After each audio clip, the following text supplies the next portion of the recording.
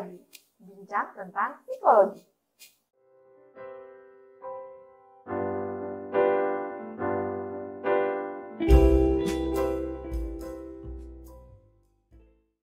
Halo, Assalamualaikum warahmatullahi wabarakatuh. Hai, selamat datang di YouTube channel Infanti Wisnuwardani.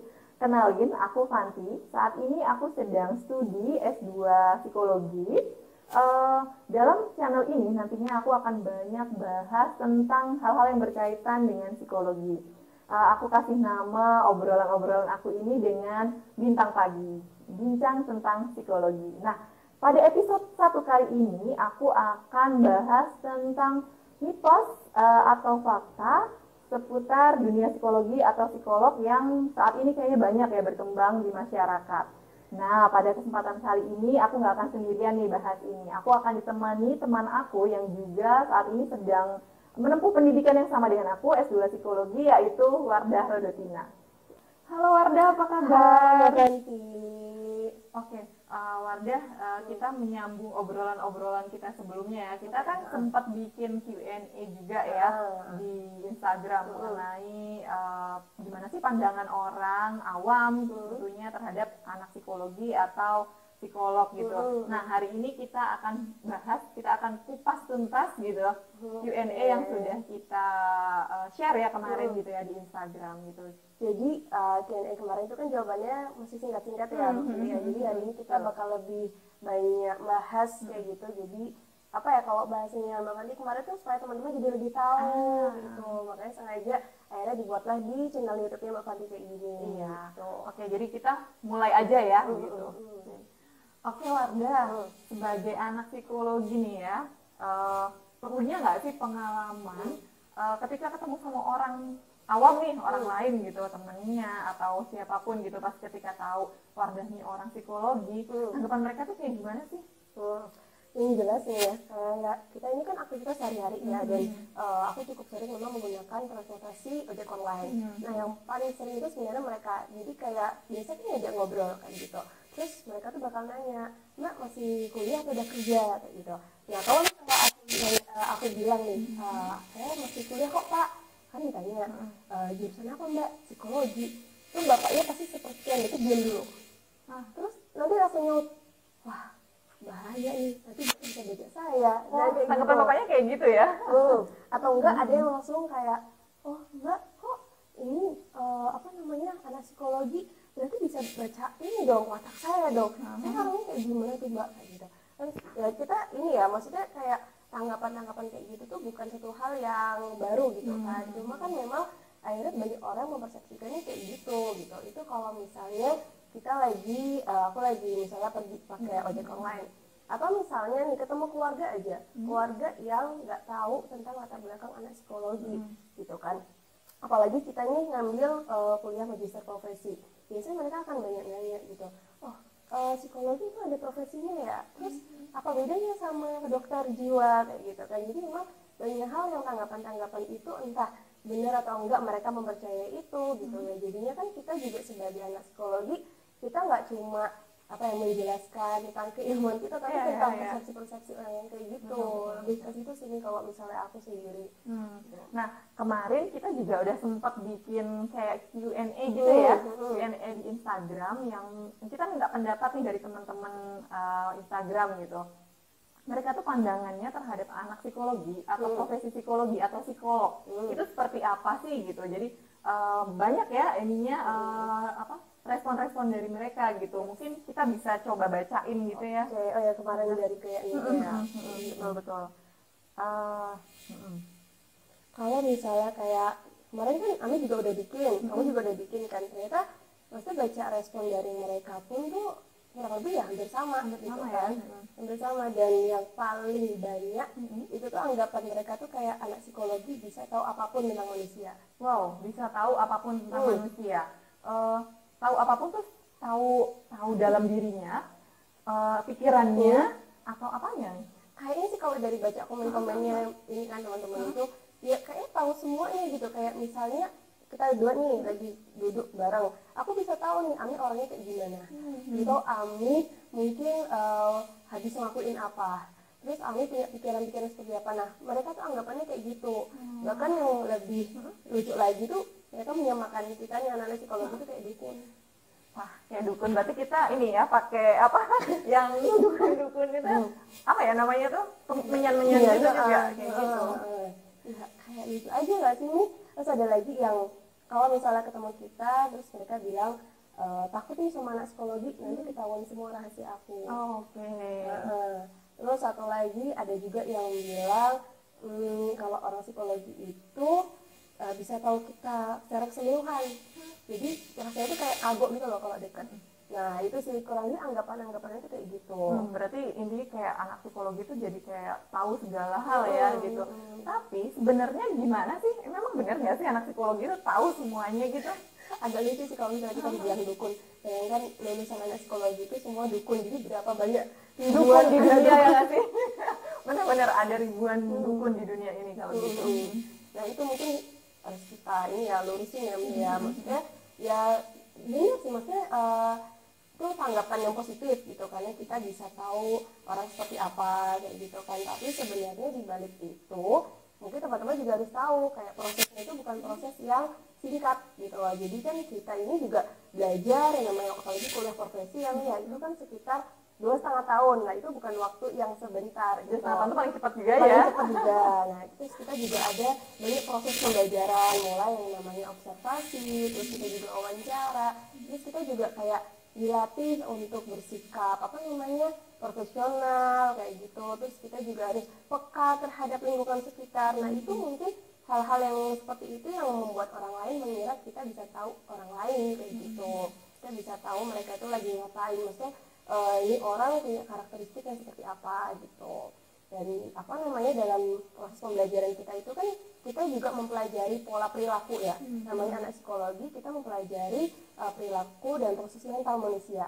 Jadi yang namanya perilaku itu ya sebenarnya berpola, dan yang mungkin karakternya Ami seperti ini, karakterku seperti ini, ya itu ada satu kemiripan. Jadi ketika anak psikologi mungkin melihat satu anak yang mungkin ada kesamaan dengan temannya yang lain, ya kurang lebih bisa seperti membaca, padahal sebenarnya tidak seperti itu. Kalau dari Ami sendiri gimana? Dan mungkin ini ya, kalau aku nih seringnya gini, ketika mereka tahu gitu aku anak psikologi, pasti aku kayak gimana sih karakter aku gitu loh. Dan sebenarnya kita tuh nggak bisa gitu loh, nggak bisa membaca karakter orang ketika pertama kali ketemu. Misalnya aku sama Wardah nggak kenal gitu, ketemu di jalan, cuma ngobrol dalam hitungan menit ya, atau 30 menit sampai 1 jam lah biasanya ngobrol gitu. Terus aku bisa menebak semuanya, aku bisa mengetahui Wardah itu karakternya seperti ini, seperti ini, seperti ini. Padahal kepribadiannya Wardah ini terbentuk dari waktu kecil gitu loh. Sedangkan aku ketemu Wardah tuh cuma 1 jam apa sih yang didapat informasinya? Paling ya nama, terus sekarang tinggal di mana, sebatas itu. Jadi kalau misalnya kita ketemu baru 1 kali, itu kita nggak bisa gitu. Dan itu juga kadang jadi bingung gitu loh. Ketika ditanya kayak gitu, aku harus jawab apa ya gitu. Sedangkan kita memang nggak tahu tuh kepribadian orang itu seutuhnya tuh seperti apa. Karena tadi yang benar yang Wardah bilang, di psikologi itu ada ini kan, ada observasi. Kita harus memerlukan observasi untuk tahu itu. Lalu ada wawancara juga. Wawancaranya juga bukan wawancara yang seperti ngobrol-ngobrol biasa ya gitu loh. Ada tekniknya tersendiri, dan juga kita kadang-kala harus dibantu dengan alat-alatnya psikologi gitu. Dan itu tidak semudah membalikkan telapak tangan langsung tahu gitu. Ada proses-prosesnya. Bahkan ketika wawancara itu juga butuh beberapa kali pertemuan ya untuk itu gitu. Jadi anggapan bahwa anak psikologi itu bisa membaca orang bisa jadi iya, tapi dalam waktu yang tidak singkat gitu loh. Tidak bisa dalam 1 kali ketemu jabat tangan atau seperti apa gitu kita bisa tahu semuanya. Jadi kalaupun misalnya ada yang bisa nebak kamu dalam waktu singkat, itu mungkin karena dia udah bisa membaca pola perilaku berulang dari manusia kayak gitu. Kayak misalnya lihat Ami, aktif banget nih, bisa ngelakuin gini, kayaknya kecenderungannya introvert ya atau kecenderungan extrovert ya. Jadi lebih-lebih yang hal-hal umum aja yang kayak gitu, tapi nggak yang sampai mendetail kayak gitu sih. Oke, respon yang selanjutnya adalah anak psikologi itu pasti lolos psikotes. Oh ya? Kalau belajar dari pengalaman aku yang anak psikologi gitu ya, dalam konteks aku cari kerja aku pernah gagal loh gitu loh, nggak cuma sekali malah berkali-kali gagalnya. Jadi kayaknya nggak selalu kalau misalnya anak psikologi itu bisa lolos gitu ya. Mungkin anggapan di luar sana lebih karena ketika belajar alat tes berarti tahu pertanyaannya apa, lalu tahu juga jawabannya apa, dan mungkin pikirannya wah ketika tahu bisa hafal gitu. Padahal di psikologi sendiri misalnya tes IQ ya, tes IQ itu ada banyak sekali gitu. Bagaimana kita bisa menghafalkan sebanyak itu tes IQ? Lalu tes kepribadian itu juga ada banyak gitu kan. Kebayang nggak ketika kita mau tes kerja terus kita ngapalin semuanya, sedangkan kita nggak pernah tahu perusahaan itu mau pakai alat tes yang mana. Masa iya kita semua mengerjakan gitu. Jadi sebenarnya anggapan-anggapan itu salah ya teman-teman gitu, bahwa tidak melulu anak psikologi itu akan lolos tes. Jadi sebenarnya ketika kita lolos tes itu bukan karena anak psikologi itu menghafal, tapi lebih mereka tahu gitu cara mempersiapkan diri. Lebih ke situnya, mempersiapkan diri. Jadi fisiknya mereka itu stres, bugar gitu. Jadi ketika mengerjakan tes juga bisa gitu loh. Karena fisiknya mempengaruhi ya, mempengaruhi psikologisnya orang gitu. Dan itu makanya hasilnya jadi bagus seperti itu, jadi bisa lolos dan sebagainya. Jadi bukan karena anak psikologi pernah belajar alat tes seperti itu jadi mereka lolos, tapi lebih karena mereka tahu bagaimana mempersiapkan diri mereka menjadi lebih optimal ketika mengerjakan tes itu. Makanya nggak heran ini kayak beberapa teman kita yang misalnya dia mau daftar kerja, mereka tuh banyaknya kayak ngechat kayak nanya ke kita kan, kira-kira aku harus belajar apa sih, terus aku harus mempersiapkan apa sih, kayak gitu. Karena mungkin mereka beranggapan kita tahu isi alat tes itu seperti apa gitu. Bahkan yang dulu sempat booming itu kayak ada jualan buku-buku, benar, itu kan cara menjawab, kamu kalau misalnya mau lolos harus menggambar yang seperti ini, gitu kan. Kalau mau lolos harus kerjain yang jawabannya pokoknya saklek kayak gini, gitu. Akhirnya kan menjadi apa ya bahasanya kontroversi atau apa kayak gitu ya. Kayak kita anak psikologi yang karena ngerti kayak gitu jadi kayak nggak kayak gitu loh. Yang namanya benar tadi Ami bilang, yang namanya perusahaan itu pasti akan memilih sesuai dengan kebutuhannya. Jadi yang benar-benar kita persiapkan ya diri kita sendiri gitu kan, supaya sesuai dengan kebutuhan dari perusahaan itu. Iya betul banget, benar-benar. Jadi bukan ngapalin alat tesnya, tapi kita harus cari tahu sebenarnya perusahaan itu pengennya tuh orangnya seperti apa sih. Jangan misalnya di psikotes tuh harus menggambar pohon mangga katakanlah ya, terus nanti di semua psikotes gambarnya pohon mangga, padahal job yang di apply itu beda-beda gitu kan. Jadi kebutuhan perusahaan juga beda-beda dan kita sama terus gitu karena perpatokan sama buku ini ya, buku tesnya gitu. Jadi malah tidak menggambarkan bagaimana sih kita sebenarnya gitu. Nah, tapi ini aku jadi kepikiran satu hal ini, mungkin ini yang juga jadi pertanyaan teman-teman juga ya. Ami kan kayak juga banyak yang gini, dari tadi aku manggilnya Ami gitu ya. Jadi Ami itu adalah panggilan sayangku buat Mbak Fanti. Jadi mungkin kalau teman-teman dengar aku manggil Ami itu udah kebiasaan, jadi agak susah kalau diubah. Iya benar. Oke, gini, misalnya nih Ami mau daftar tes kerja, karena udah pengalaman banget kan di perusahaan. Waktu awal-awal lulus dari psikologi kemudian ikut tes, apakah memang waktu Ami ngerjain itu tahu soal-soalnya yang sudah pernah dipelajari, atau justru benar-benar fresh pure belum tahu kalau ini adalah tes yang pernah Ami kerjakan? Oke. Waktu pas awal ya benar-benar sama sekali nggak pernah. Kenapa? Karena gini, waktu pas S1 aku lebih ngambil apa ya, minat ya, lebih kepeminatannya itu di klinis sama perkembangan. Gitu. Alat tes klinis dan perkembangan itu berbeda dengan alat tes yang ada di PIO. Gitu. Tes intelijensinya juga berbeda kan ya gitu. Nah, ketika waktu itu memutuskan untuk mau masuk PIO dulu gitu, alat-alat tesnya itu memang beda gitu.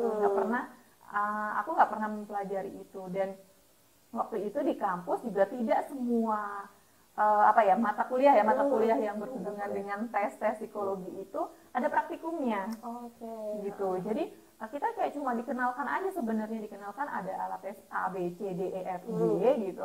Tapi tidak sampai dalam bagaimana scoringnya, terus uh, ketika kita ketika kita mau dianggap baik harus seperti ini tuh tidak ada di psikologi. Jadi memang kamu menjawab ya dengan jujur-jujurnya bagaimana diri kamu. Jadi harus menampilkan yang apa yang ada di dalam diri itu gitu. Jadi kayaknya nggak bisa juga kalau faking gitu kan ya.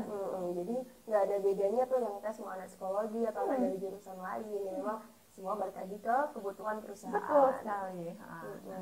Yang tanggapan selanjutnya yang banyak kemarin muncul ya. Ini juga kaitannya sama kehidupan kita sehari-hari sih. Oke. Anak psikologi itu adalah positive people. Positive people. Jadi kayak ada sinar-sinar positif. Bangga juga sih ya dibilang gitu ya, karena image-nya kita berarti bagus ya. Positif gitu kan. Ada yang bilang kalau anak psikologi itu teman curhat yang asik katanya gitu. Kemudian pokoknya mereka tuh pemberi solusi yang baik, pendengar yang baik. Pokoknya kesannya tuh kayak kita anak psikologi itu nggak ada masalah. Dan terlihat baik-baik aja kayak gitu kan. Nah, itu kalau dari Ami sendiri nih menanggapi ada yang ngomong kayak gitu tuh gimana? Sebenarnya itu poin positif ya, poin plus ya buat kita anak-anak psikologi, berarti image-nya, brandingnya kita tuh bagus gitu di luaran sana, bahwa anak psikologi itu ya anaknya positif banget, enak diajak curhat gitu, terus kayak kehidupannya tuh senang tuh dalam artian bahagia ya, bukan yang hura-hura atau gimana, tenang, terus adem ayem kayak gitu, itu positif banget. Tapi sebenarnya kita itu berproses gitu loh, kita tuh berproses di dalamnya. Bagaimana kita bisa menampilkan itu keluar, gimana ya, yang orang lihat itu seperti permukaan gunung es ya sih. Jadi yang mungkin yang tampak sama teman-teman nih di luar sana ya positif gitu, tapi kami di bawahnya itu, di bawah gunungnya ini, wah prosesnya luar biasa banget. Terutama mungkin anak-anak yang mapro ya, calon-calon psikolog itu ya, itu benar-benar mereka harus berproses dulu sebelum bisa membantu orang-orang yang ada di sekelilingnya. Nah, gitu. Benar sih kata yang Mbak Fandi tadi, kayak kita tuh cuma terlihat di permukaan aja. Jadi ya kita juga manusia biasa, kita juga punya masalah gitu kan, kayak teman-teman juga ada proses kehidupannya, naik turunnya. Cuma memang benar, kita itu ibaratnya kalau kata salah satu dosen adalah kita tuh harus bisa menyembuhkan diri kita sendiri dulu sebelum menyembuhkan orang lain. Asalnya seperti itu. Maksudnya adalah kayak ya udah, kita itu benar-benar dilatih untuk gimana sih kamu bisa mengidentifikasi permasalahanmu kayak gitu. Terus cara seperti apa yang mau kamu ambil kayak gitu. Terus copingnya seperti apa. Mungkin teman-teman di luar sana itu mengira kita terlihat sangat positif karena kita mungkin lebih banyak kita tahu kita harus copingnya seperti apa, kita tahu kita harus memanage masalah itu seperti apa, jadi kesannya terlihat baik-baik aja kayak gitu. Padahal ya, kita bukan tanpa masalah ya, masalah tetap ada, cuma memang kita kayak udah punya alarm. Ketika masalah itu datang, kita punya alarm nih, wah cepat nih harus diselesaikan, alarm ya. Mungkin kalau orang lain ketika ada masalah mereka masih bingung gitu loh. Bahkan sebenarnya kita juga mungkin ada kebingungan, itu wajar ya, ada kebingungan. Bahkan seorang psikolog pun butuh bantuan orang lain ya gitu, butuh bantuan psikolog lainnya. Kayak misalnya aku ada masalah, aku bisa sharing masalah aku sama Wardah gitu, tapi bukan ke arah bergosip gitu, tapi kita Wardah membantu menguraikan masalah aku apa. Nah, problem solvingnya tetap aku sendiri gitu loh. Cuma kadang kan ketika kita lagi ada masalah tuh emosi yang berperan ya. Emosi berperan, boro-boro buat mikir gitu kan. Emosinya udah capek banget gitu. Nah, makanya kita butuh orang lain. Nah, karena anak psikologi, radar itu cepet banget alarm tubuh, alarm kita lah ya gitu ya, sinyal gitu ya. Sinyal kita udah langsung nangkep nih, wah ada yang gak beres nih sama diriku, ayo segera selesaikan gitu. Nah, dalam waktu yang cepat kita bisa menyelesaikan, maka kita bisa menampilkan sesuatu yang memang sudah selesai gitu, bukan berpura-pura baik, bukan berpura-pura positif, tapi memang sudah selesai. Itu sih yang jadi kalian yang mungkin lihat kita baik-baik aja itu tidak sebaik itu, ada prosesnya. Betul, ada prosesnya. Terus kayak nanggepin tadi yang kita tuh pendengar yang baik gitu kan, teman curhat yang asik. Nah itu juga sebenarnya salah satu skill yang diajarkan di kampus gitu kan. Kita dilatih juga untuk berempati. Jadi kita juga harus bisa membedakan mana empati, mana simpati kayak gitu kan. Jadi gimana sih kita mendengarkan cerita orang tapi kita tidak terbawa suasana gitu kan. Kita bisa memunculkan trust kayak gitu. Nah, itu penting banget kan namanya trust. Ibaratnya kayak kalau misalnya kita curhat biasa, kadang belum tentu teman kita benar-benar bisa mendengarkan cerita kita. Nah, tapi kan dengan mungkin teman-teman yang punya latar belakang psikologi, mereka punya kemampuan itu. Dan bahasa gampangnya adalah kita tuh walking by doing. Jadi kita memang benar-benar di lapangan kita belajar untuk mengaplikasikan ilmu itu gitu dengan teman-teman. Mungkin teman-teman ketika cerita jadi nyaman sama anak psikologi. Jadi makanya kenapa kalian punya anggapan bahwa teman yang anak psikologi itu sendiri adalah pendengar yang baik kayak gitu. Dan mungkin gini, mendengarkan yang kita versi kita dengan mendengarkan versi temen yang bukan anak psikologi itu mungkin berbeda ya. Kita benar-benar mendengarkan secara aktif gitu. Mungkin kalau teman-teman yang di luar psikologi itu mendengarin ya dengerin aja gitu. Tapi kita ketika mendengarkan orang menceritakan masalahnya, kita ikut berproses gitu loh. Kita ikut mikir bukan berpikir nanti solusinya buat orang ini apa, tapi bagaimana cara kita membantu dia untuk menghadapi masalahnya. Seperti itu. Jadi nggak cuma ngedengerin sambil lalu gitu ya, tapi kita juga benar-benar mendengarkan aktif dan memikirkan apa sih sebenarnya yang terjadi, akar masalahnya apa sih dari orang ini, seperti itu. Jadi kayak memang ngerasa diterima nggak sih gitu. Ngerasa diterima itu penting banget. Dan terus kayak nggak dijudge gitu. Misal orang kan tentu datang ke anak psikolog ya gitu. Orang datang ke psikolog itu pasti punya masalah gitu kan. Ada masalahnya mungkin juga aib atau sesuatu yang selama ini kayaknya nggak bisa diceritakan ke orang lain. Nah, seorang psikolog itu harus bisa menerima masalahnya. Jadi misalnya orang itu ada masalah A gitu, terus kita nggak bisa gitu memandang, ih kamu kok udah kayak gitu sih, gitu kan? Itu nggak boleh. Jadi kita harus menerima orang itu apa adanya dulu gitu. Walaupun perbuatannya salah, kita tidak menyalahkan orangnya gitu kan, kita tidak menyalahkan orang, kita terima dulu, tapi kita juga tidak membenarkan masalahnya itu gitu ya, gitu sih. Mungkin karena mendengarkannya beda versi ya kalau sama orang-orang yang lain kayak gitu. Lebih ke arah penerimaannya itu. Betul. Jadi sekarang kalian udah tahu kan, jadi nggak terlalu inilah. Bahasanya kalau aku lihat kayak jadi mereka terlalu berpikiran yang berlebihan juga sih tentang kita. Takutnya dengan anggapan kayak gitu tuh kita jadi nggak boleh punya masalah. Betul. Mungkin sama ya analoginya kayak dokter nggak boleh sakit, psikolog nggak boleh punya masalah gitu. Psikolog boleh punya masalah, dan orang hidup namanya orang hidup pasti bermasalah. Nah, bagaimana cara cepat menyelesaikannya seperti itu. Oke.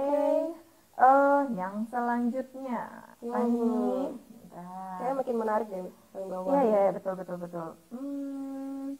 Ini ya, anak psikologi itu katanya tuh baperan.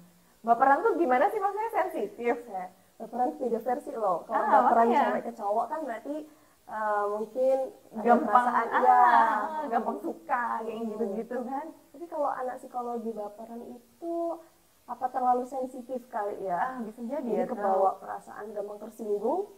Gimana? Gampang tersinggung ya. Aku nggak setuju sih sebenarnya dengan pernyataan itu ya. Baperan, aku nggak ngerti sih baperan di sini maksudnya tuh seperti apa gitu. Tapi kalau kebawa suasana, justru menurut aku ketika kita berpraktek gitu ya, psikolog berpraktek, anak psikologi melakukan konseling, justru kita nggak boleh namanya baper gitu loh. Karena ketika kita baper berarti kan kita nggak profesional dong gitu.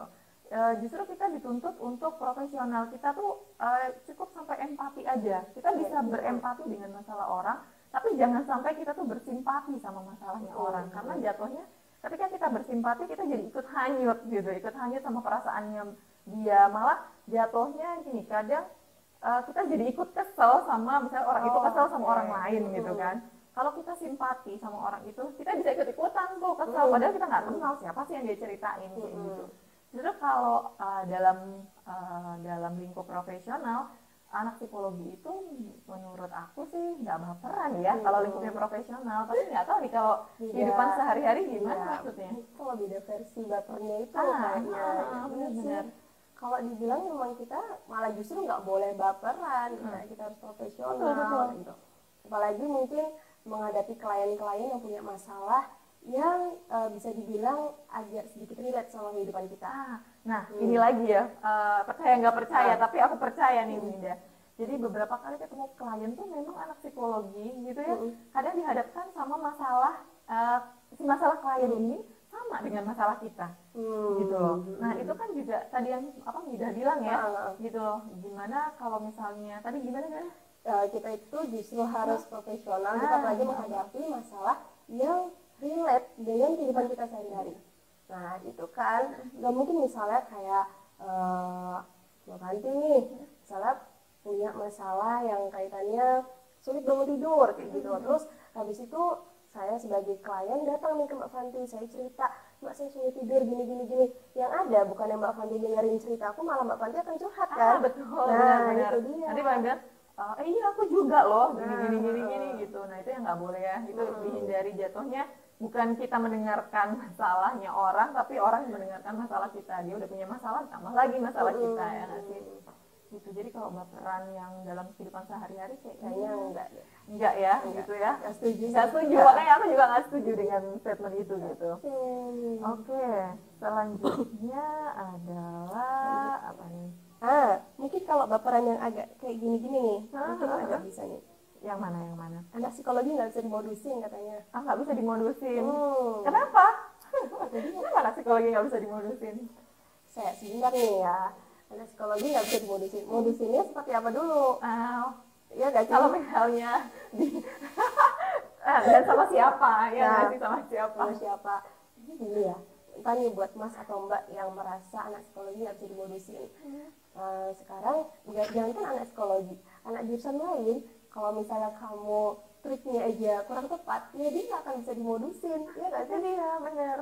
Dan mungkin gini ya, mungkin orang yang komentar kayak gini, mungkin dia berpikir anak psikologi itu tadi bisa membaca perilaku dia, bisa membaca pikiran dia, jadinya ketika dia mau melakukan satu hal, menurut dia sebenarnya aku kayak gini, ternyata sama anak psikologi udah ketahuan tuh kayak tipe-tipe cowok kayak gini tuh mungkin bakal lakuin hal kayak gini, jadinya ya nggak ngaruh kayak gitu, mungkin ke arah seperti itu. Lebih ke situnya ya, kayak udah kegap duluan, jadi udah ketahuan sebelum berperang lah itu.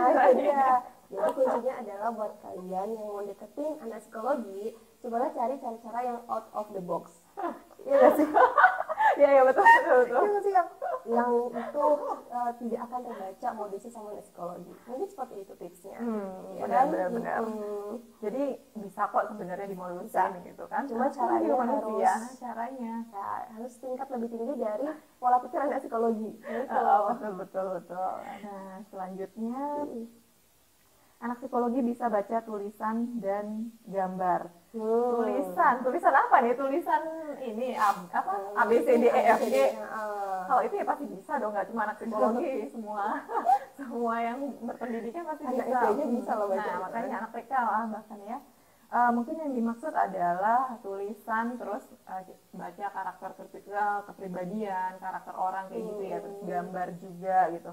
Mungkin keseringan kali ya nih yang komen ini keseringan disuruh ngegambar atau ikut psikotes terus dibaca atau seperti apa nanti gitu. Tadi sudah disampaikan di awal gitu bahwa ada satu tools yang memang anak psikologi perlukan gitu loh, untuk mengetahui kepribadian, karakter dan sebagainya. Nah salah satu toolsnya itu memang alat-alat tes yang kayak menulis atau menggambar gitu.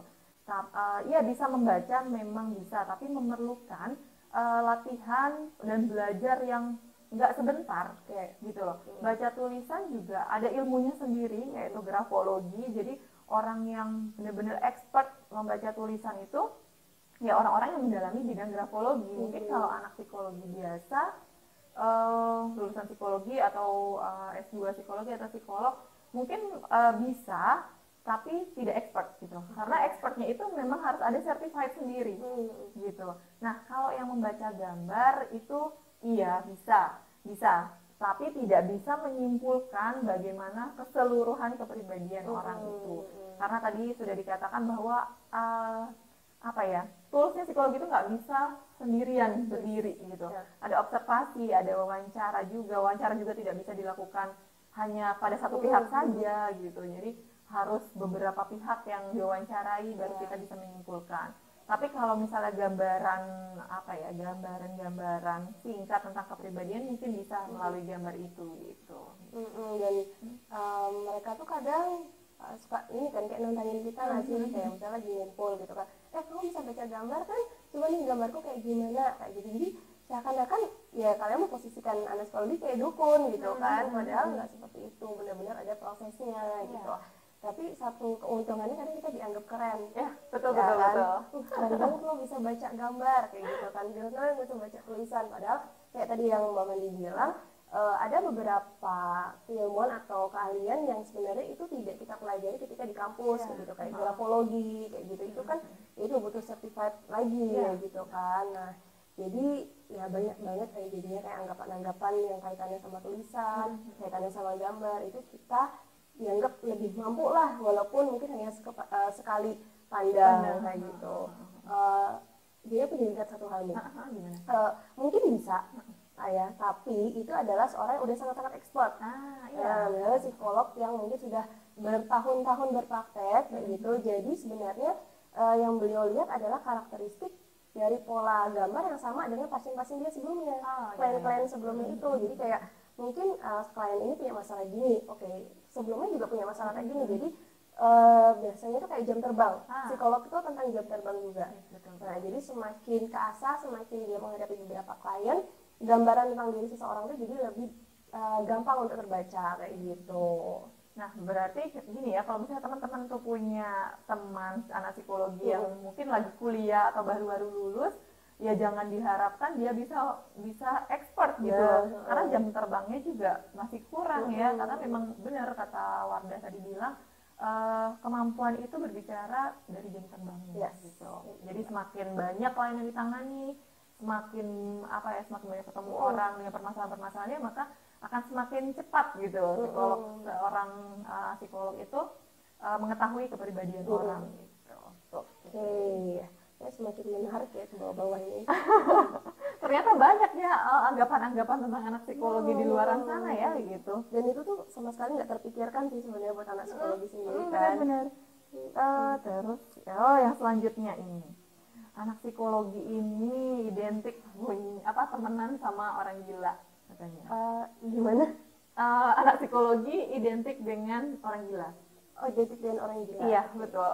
Itu anggapannya. Mungkin gini ya, selama ini orang-orang berpikiran bahwa anak psikologi itu ngurusin orang gila gitu. Mungkin aku mau mengedukasi dulu ya di sini ya, penggunaan istilah orang gila itu sebaiknya diganti gitu dengan orang dengan gangguan jiwa gitu, akan lebih singkatnya ODGJ. ODGJ betul, disingkatnya ODGJ. Jadi ada masalah psikologis ODGJ, ada ODMK, orang dengan masalah kejiwaan ya gitu. Bahwa ODGJ di sini juga manusia, kalau disebut kayak orang gila itu agak gimana gitu. Jadi kita mulai dari sekarang coba untuk menggunakan istilah ODGJ gitu. Nah mungkin di luaran sana gitu orang mikir psikologi rumah sakit jiwa, orang dengan gangguan jiwa gitu kan. Padahal di psikologi itu ada peminatan-peminatannya gitu loh. Ada industri organisasi. Industri organisasi ini tentang yang berkecimpung di dunia perusahaan. Gitu. Lalu ada psikologi pendidikan. Pendidikan ini di sekolah-sekolah. Nah, mungkin yang teman-teman maksud adalah anak-anak psikologi klinis yang memang mempelajari tentang masalah-masalah kejiwaan gitu. Tapi yang nggak temenan juga atau nggak bisa disebut juga identik dengan orang gila, karena sebenarnya luas ya gitu loh. Masalah kejiwaan ini luas gitu. Kalau gimana ya, mungkin karena ada anak psikologi yang entah praktek atau apa di RSJ gitu, makanya ya diidentikan dengan orang gila kali ya, padahal nggak kayak gitu loh. Mungkin ada tambahan Wardah? Tapi jadi ingat nih kayak kemarin ini ya, jadi kan selama proses kami kuliah ini kan kita juga ada namanya praktek profesi kayak gitu kan, dan memang anak klinis kami sempat juga dapat di rumah sakit jiwa.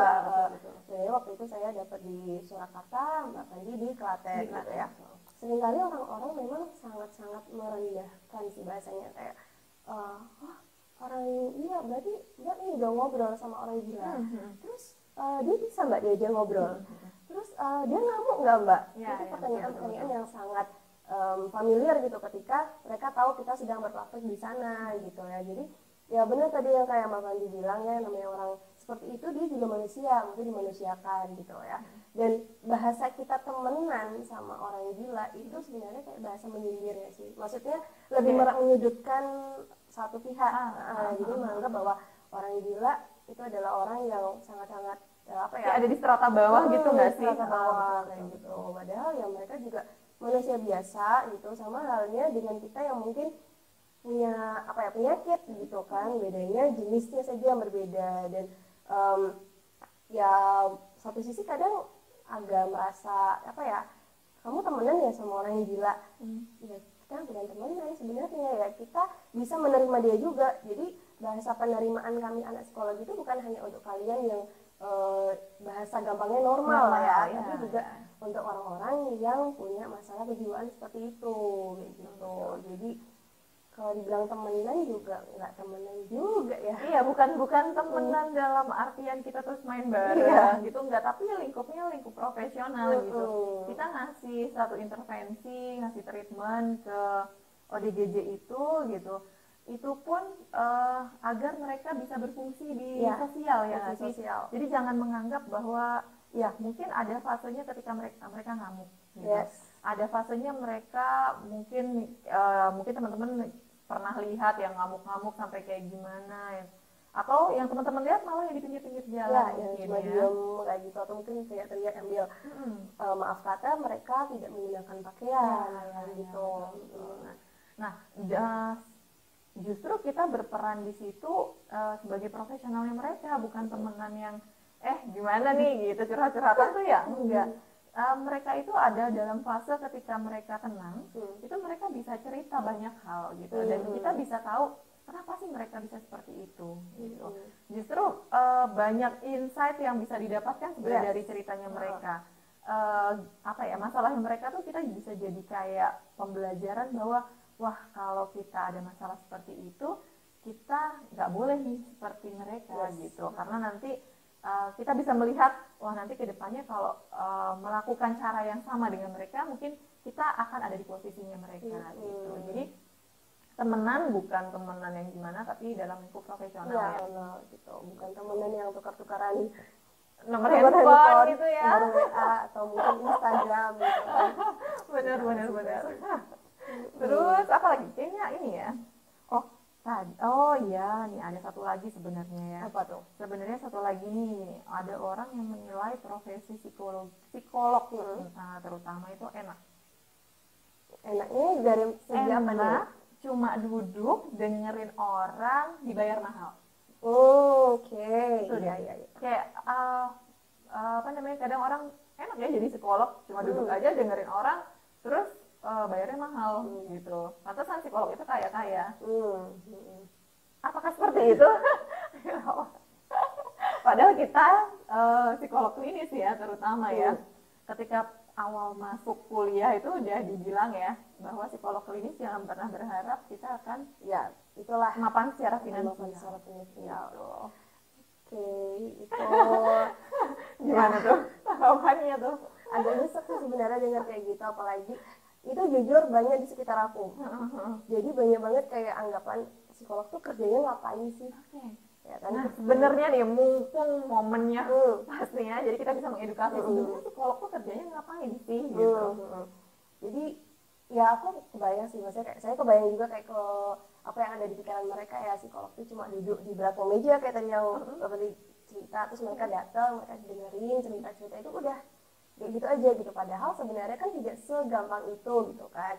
Ketika kita menerima satu klien, kita itu ada beberapa tahapan ya kan. Jadi buat teman-teman tahu kayak kita mulai dari tahap assessment kayak gitu. Kayak tadi udah dijelasin sama Mbak Fanti, assessment mulai ada kayak yang observasi, wawancara, terus juga ada pemberian psikotes sesuai dengan kebutuhan dari si klien itu sendiri gitu. Terus nanti kalau udah semua tahapan itu kita lalui, kita masuk menegakkan diagnosa. Nah ini penting banget karena banyak banget sekarang orang-orang yang self diagnose. Betul. Cuma modal ngelihat di internet ya, kira-kira kayaknya sama nih, oh gila gue depresi gitu. Jadi kayak begitu cari di Google, oke, aku nggak mau makan nih selama 3 hari, aku nangis terus sih selama 3 hari, oh aku depresi berat, udah kayak gitu kan. Jadi emang kenapa pentingnya orang ke psikolog itu supaya kita bisa mengarahkan kayak gitu. Nah nanti setelah kita penegakan diagnosa masuklah ke tahap intervensi. Nah ini yang sangat luput juga sih dari pandangan orang-orang. Jadi mereka menganggap ketika kita menghadapi klien itu cuma curhat.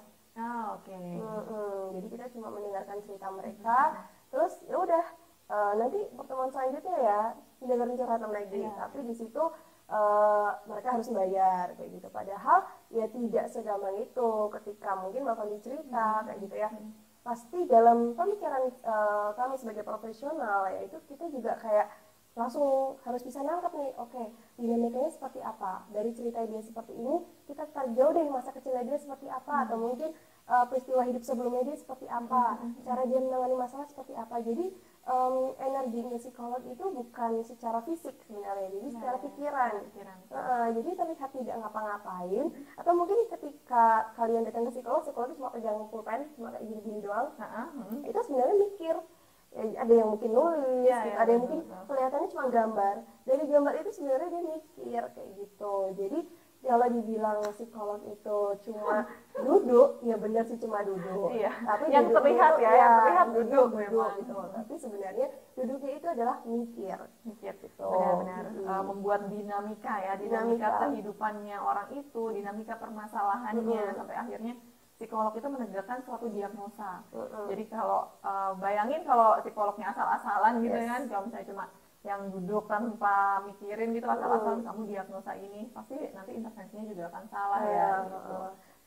Cari gini deh, bahasa gampangnya adalah kalau kalian mau tahu seberapa berat tugas psikolog gitu ya, ibaratnya kamu kamu nih ya, posisikanlah diri kamu sebagai orang psikolog gitu ya. Kamu dapat klien yang usia 20 tahun. Kamu nggak kenal dia, kamu tidak tahu bagaimana aktivitas dia sehari-hari, kepribadian dia seperti apa.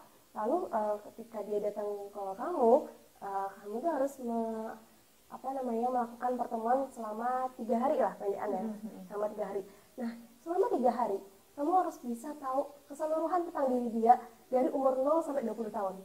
Dan itu harus benar-benar dirangkai dinamika kehidupan dia sampai benar-benar kamu tahu ini orang kenapa. Ya kalau kita sebagai orang awam nggak kenal itu kan kayak ngapain gitu ngapain gitu. Kalau orang awam mungkin akan bilang itu kan masalah lo gitu, ngapain kita ngurusin masalah pusing-pusing gitu ya, pusing-pusing gitu kan. Tapi psikolog kan tidak seperti itu, dan mikirnya itu seperti itu, kayak kamu semakin usianya itu mature gitu ya, 30-an, 40-an, kemudian dia datang ke psikolog, psikolog berarti juga harus bisa menyelami kehidupan dia selama usianya dia itu, supaya tahu kira-kira yang orang butuhnya apa. Karena salah diagnosa, salah intervensi, jadinya yang tidak tercapai lah kesejahteraan psikologisnya. Karena balik lagi, tujuan psikolog itu adalah untuk mensejahterakan psikologis dari tiap individu seperti itu. Nah kalau misalnya dianggap bahwa mahal itu relatif ya, maksudnya gini, mahal itu pasti akan berbanding lurus dengan kemampuan si psikolognya. Semakin psikolognya itu punya pengalaman yang lebih, pasti kita juga akan merasa nyamannya akan lebih cepat ya. Lalu juga proses konselingnya juga pasti akan lebih expert kayak gitu ya. Sebenarnya kalau teman-teman misalnya nih sekarang punya masalah psikologis dan kayaknya takut bayar mahal gitu ya. Sebenarnya sudah ada psikolog-psikolog di puskesmas ya gitu. Bayarannya juga kita bayar pendaftaran aja ya, bayar pendaftaran sama biaya itu nggak terlalu mahal. Teman-teman bisa coba. Mungkin sejauh ini yang sudah ada banyak adalah di Jogja ya. Hampir di setiap puskesmas ya sudah ada, dan di Jakarta juga sudah ada tapi hanya beberapa puskesmas saja. Tapi maksudnya gini, jangan terlalu terpaku ketika agak mahal terus nggak jadi deh ke psikolog gitu. Kita juga bisa kayak minta bantuan-bantuan gitu nggak sih untuk misalnya free counseling dari universitas-universitas gitu ada nggak sih? Beberapa universitas tuh ada. Di salah satunya juga universitas tempat kami ini ya, tempat kami kuliah juga itu ada layanan psikologi untuk kalian mahasiswa yang punya masalah seperti itu. Nanti akan diarahkan. Jadi baiknya adalah ketika kamu punya masalah jangan mendiagnosa diri sendiri gitu. Ibarat kata kayak kamu ada gejala flu, kamu datang ke dokter itu lebih baik daripada flu tapi diabaikan. Nah itu kita tidak tahu akan berdampak seperti apa kayak gitu. Kalau lebih seperti itu ya, apalagi dan satu lagi kita nggak boleh, bukan nggak boleh sih, kayak buat kalian yang mungkin membutuhkan bantuan profesional gitu ya, jangan berharap proses ini tuh bisa berjalan secara instan.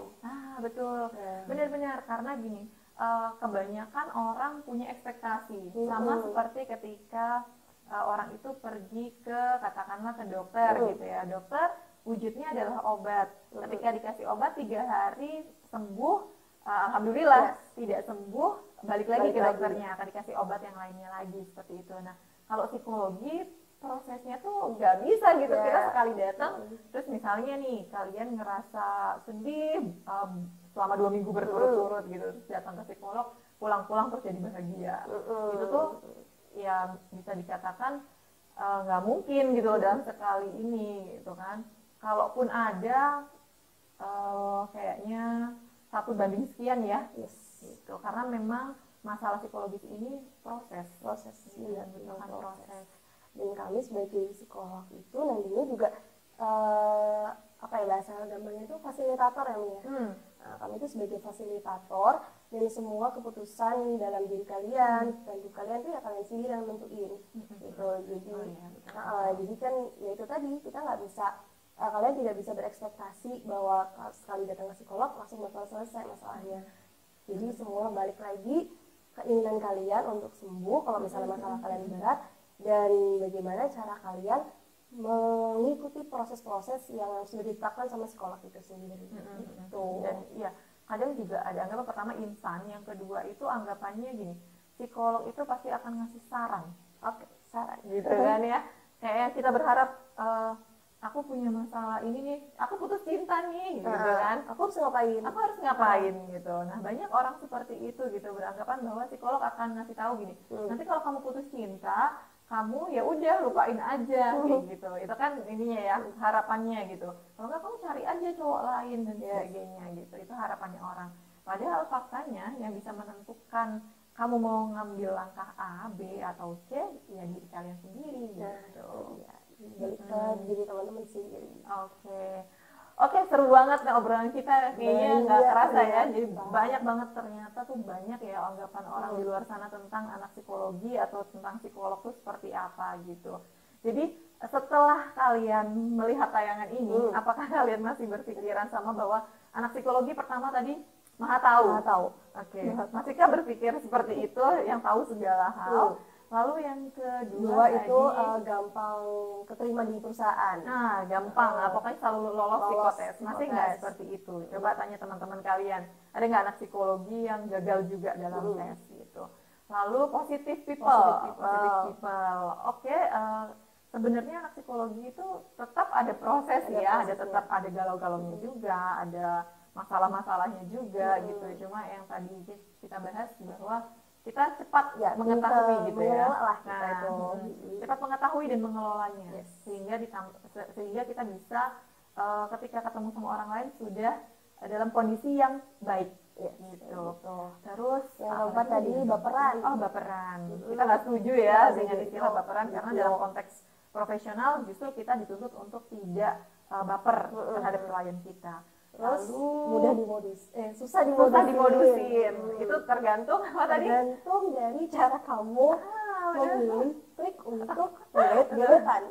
Berarti balik lagi ke tekniknya. Jadi susun strategi yang cihuy gitu ya untuk dapetin anak psikologi. Lalu terus tadi setelah itu anak psikologi itu sebelum ini ya temen sama orang gila, sama orang gila ya. Sama satu lagi pintar baca gambar sama tulisan. Pintar sama baca gambar sama tulisan. Nah, itu juga proses ya dari pembelajaran gitu. Nah terus yang temenan sama orang gila itu ya konteksnya adalah profesional tentunya, menolong mereka untuk menjalani kehidupan sosial yang lebih baik lagi gitu. Sama yang terakhir tadi kita bahas bahwa tugas psikolog tuh ngapain aja, dan mungkin ini bisa jadi pertimbangan buat teman-teman yang mau ngambil jurusan psikologi atau mau meneruskan jadi psikolog, bahwa prosesnya itu berat, mendengarkan cerita, mendengarkan masalah orang itu berat gitu.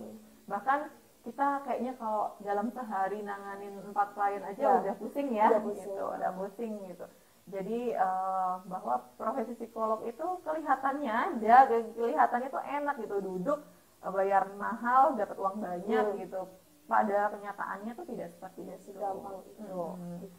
Oke. Baik, terima kasih Wardah udah nemenin aku hari ini gitu. Nah, teman-teman, semoga tayangan tentang seluk-beluknya serba-serbinya anak-anak psikologi ini membawa manfaat buat teman-teman gitu.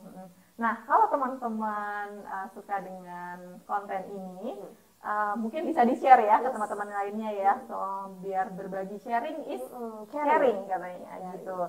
Jadi kalau misalnya memang konten ini bermanfaat, teman-teman bisa share ini ke yang lainnya dan juga bisa kasih like, lalu komen. Nah, komen ini juga kalian bisa komen pengennya bahas tentang apa sih psikologi di dunia tentang dunia psikologi ya gitu. Nanti kita akan baca komennya dan nanti kita lihat ya mana-mana yang bisa kita angkat menjadi konten selanjutnya gitu. Dan jangan lupa subscribe channel ini, apalagi kalau itu lonceng ya gitu. Jangan lupa klik tombol loncengnya biar kalian bisa tahu update-updatean dari video ini. Oke, sekian dari kami. Wassalamualaikum warahmatullahi wabarakatuh.